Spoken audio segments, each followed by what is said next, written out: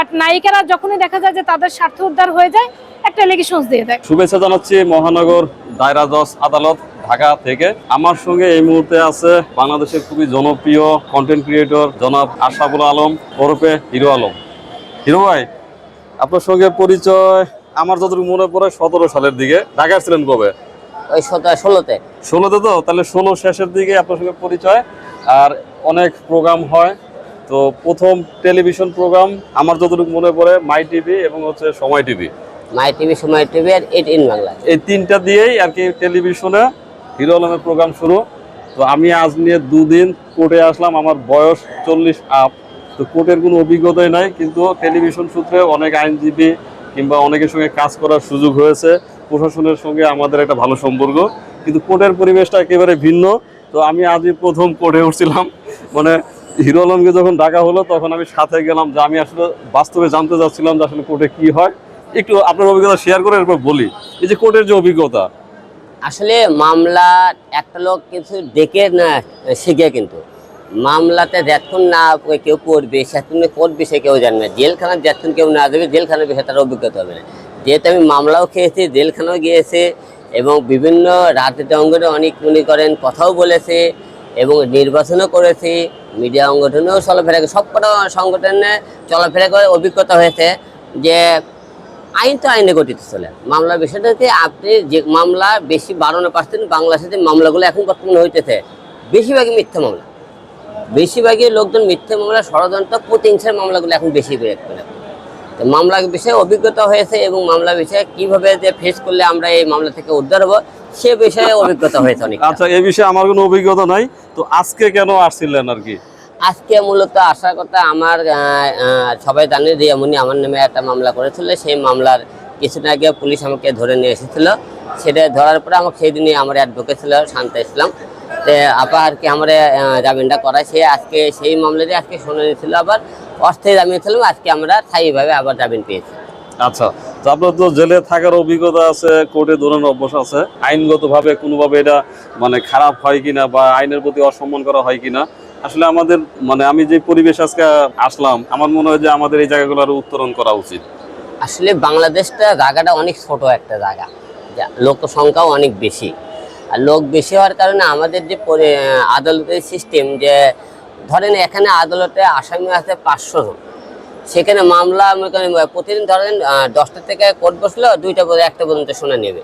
100টাই শুনানির মধ্যে ধরেন মামলা হওয়ার কথা আমি করেন 50টা মামলা হলে শুনানিটা নির্ধারিত ভালো মতো আসামি এবং উকিলটা ভালোভাবে করতে পারে। কিন্তু এমন মামলা হয়ে গেছে সেখানে 100 মামলা পেয়ে যায়।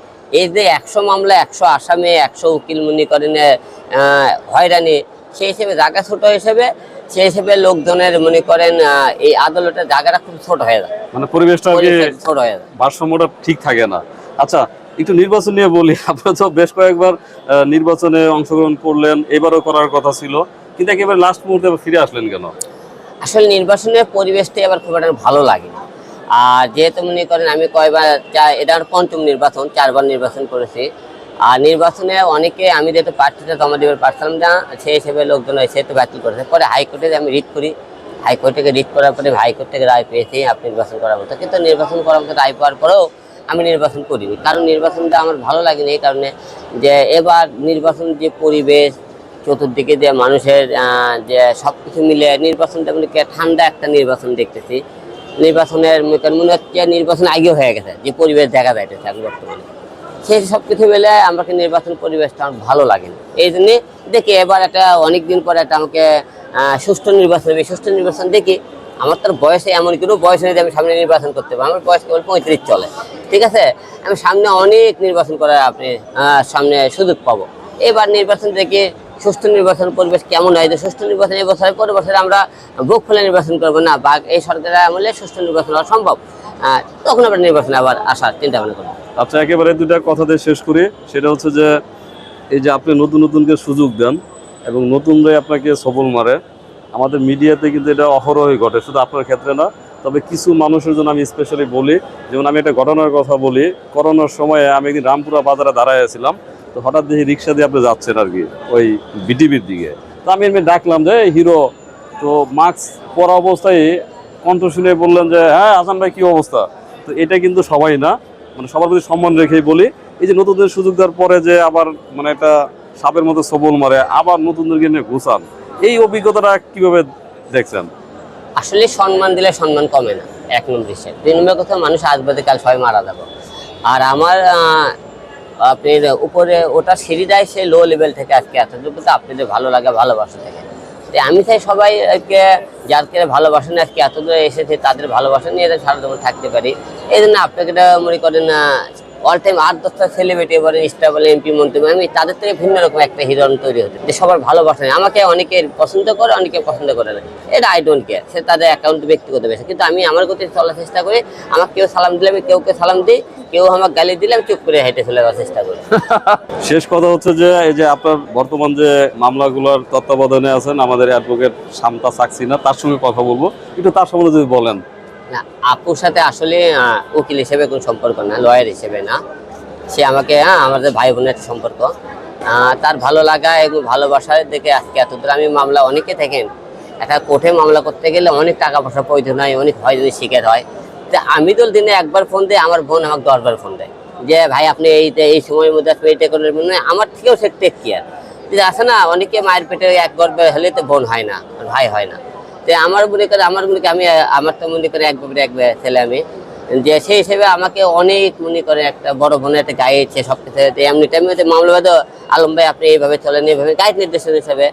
অনেকে করে না আলমের হাতে গাইডে হাতে ভালো দেওয়ার মতো লোক থাকে না ওই আপনার সাথে সম্পর্ক হওয়ার পরে আপা অন টাইম আমাকে সাপোর্ট দিয়ে দেয়, খুব ভালো মানুষ। এখন আমি একটু কথা বলবো, আমাদের হিরো আলমের আইনজীবী আমাকে বলছে যে তাকে যেন আমি বন্ধুর মতো দেখি, বোনের মতো দেখি, মানে বন্ধুই আমাদের। সে হচ্ছে আমাদের অ্যাডভোকেট শান্তা সাকসিনার সঙ্গে। হিরো ভালো থাকবেন, আর আপনি যা কিছুই হন আমি বলবো যে আগে যেমন ছিলেন আশা করি তেমনটাই আছেন, তেমনটাই থাকবেন। মানে সবার সঙ্গে যে সম্পর্কটা হয়তো প্রথম দিকে আমাদের সঙ্গে সম্পর্ক শুরু, কারণ যেহেতু আমরা টেলিভিশনে কাজ করতাম ওই সূত্রে আমাদের কয়েকজনের সঙ্গে সম্পর্ক শুরু, পরে তো অনেকের সঙ্গে পরিচয় হয়েছে। সবার সঙ্গে সুসম্পর্ক থাকুক, সবার সঙ্গে ভালোভাবে চলার রাস্তা তৈরি হোক, সেই প্রত্যাশা থাকবে। এখন একটু কথা বলবো আমাদের অ্যাডভোকেট শান্তা সাকসিনার সঙ্গে। একটু আগে আপনারা শুনছিলেন আমাদের হিরো আলম তাকে বোন হিসেবে পরিচয় করে দিচ্ছিলেন। আপা আছেন কেমন? আলহামদুলিল্লাহ, আপনি কেমন আছেন? আছি ভালো। একটু আপনার ভাই সম্বন্ধে বলেন। হিরো আলম মানুষ হিসেবে একজন অসাধারণ মানুষ, এবং আজকে পর্যন্ত বাংলাদেশে কোনো টিভি, পেপার বা ম্যাগাজিন বা কোনো সাংবাদিক কখনো রিপোর্ট করতে পারেনি যে উনি কাউকে মেরেছেন বা কারো সম্পদ নষ্ট করেছেন বা কারোর সাথে কোনো অন্যায় করেছেন। তো আমার দেখা একজন শ্রেষ্ঠ মানুষ উনি। আচ্ছা, তো আজকে যে মামলার বিষয় দেখলাম, তো আমি তো ভাবছিলাম খুব জটিল একটা বিষয়, সেটাকে এত সহজভাবে উপস্থাপনা কিভাবে করলেন? বেসিক্যালি আজকের মামলাটা ছিল একটা মারামারির মামলা, এটা হাতিরঝিল থানার মামলা। তো এই মামলাতে এটা একেবারে সম্পূর্ণ একটা মিথ্যে মামলা, এরকম কোনো ঘটনাই ঘটেনি। আমরা মাননীয় আদালতকে জানিয়েছি। তো আলম ভাই জামিনে ছিলেন আজকের ধার্য ডেট পর্যন্ত, তো জামিনটা আজকে স্থায়ী করেছেন মাননীয় আদালত সন্তুষ্ট হয়ে। মানে আগে ছিল অস্থায়ী, এখন স্থায়ী, মানে ধার্য ডেট পর্যন্ত জামিন ছিল, আজকে আমরা শুনানি করার পরে মাননীয় আদালত সন্তুষ্ট হয়ে স্থায়ী জামিন দিয়ে দিয়েছেন। আচ্ছা, একটু আমি জানার জন্য বলি, আমার জানায় ভুল থাকতে পারে, বাদী তো আসলেন না? না, বাদীকে নোটিশ করা হয়েছে। মানে বাদী তো আসলেন না, উপস্থিত ছিলেন না, না? বাদীকে নোটিশ করা হয়েছে। মানে আজকের যে ধার্য ডেটটা ছিল ওটা হচ্ছে বাদীকে নোটিশের জন্য, বাদীকে নোটিশ করা হয়েছে। আচ্ছা, তো আপা ভালো থাকেন, আপনাদের ভাই বোনের সম্পর্ক অটুট থাকুক আলহামদুলিল্লাহ। শুধু কোর্টের মধ্যে আবদ্ধ না থেকে পারিবারিক জীবনে ভাই বোন হয়ে যান ইনশাআল্লাহ। মানে শুধু ঘন ঘন কোর্টে দেখতে চাই না, কারণ হচ্ছে হিরো আলমের কিন্তু না, আলম ভাই কিন্তু কারো বিরুদ্ধে মামলা করে না, তার বিরুদ্ধে মানুষ মামলা করে, তখন তো আমাদের ঠেকাতেই হবে সেটা। না এমন কিছু করে যাতে মামলা না না না, হয়। মানুষ আসলে হয় কি তাকে হিংসে করে, হিংসা করে। মানে দেখবেন এই অনেক নায়িকারা আছেন তাকে দিয়ে ফেসবুকে হাজার হাজার মিলিয়ন বিলিয়ন ভিউয়ার্স তৈরি করেন, তারপরে তার নামে একটা এলিগেশন তুলে দেন। বাট তার ভিডিওগুলিতে খেয়াল করবেন সে কিন্তু কাউকে ধরে না, নায়িকারাই তাকে ধরে বিভিন্ন ভাবে মানে অঙ্গভঙ্গি করে, বাট তারপরে তার বিরুদ্ধে মামলা দিয়ে দেয় যে না ওটা কাজের অংশ, ওটাকে পরে আবার পরে এটাকে তারা একটা অস্ত্র হিসেবে ইউজ করে, অস্ত্র হিসেবে ইউজ করে। কিন্তু ভিডিওগুলি দেখলে খুব ভালো করে খেয়াল করবেন যে আসলে আলম ভাইয়ের ইন্টেনশন কিন্তু খুব সফট এবং খুব নরমাল ইন্টেনশন, এখানে কিন্তু কোনো ব্যাড ইন্টেনশন নিয়ে উনি কারোর সাথে কোনো মানে মিউজিক ভিডিও বলেন বা হোয়াট এভার এনিথিং, বাট নায়িকারা যখনই দেখা যায় যে তাদের স্বার্থ উদ্ধার হয়ে যায় একটা এলিগেশন দিয়ে দেয়। হিরো আলমের একটু জনপ্রিয়তা তো আছেই, তো সেই কারণে হয়তো আরো মানুষ একটু আলোচনায় থাকতে চায়। মানে এইসব কথা বলে ভাইরাল হতে চায়, ভিউ বাণিজ্য যেটাকে বলে।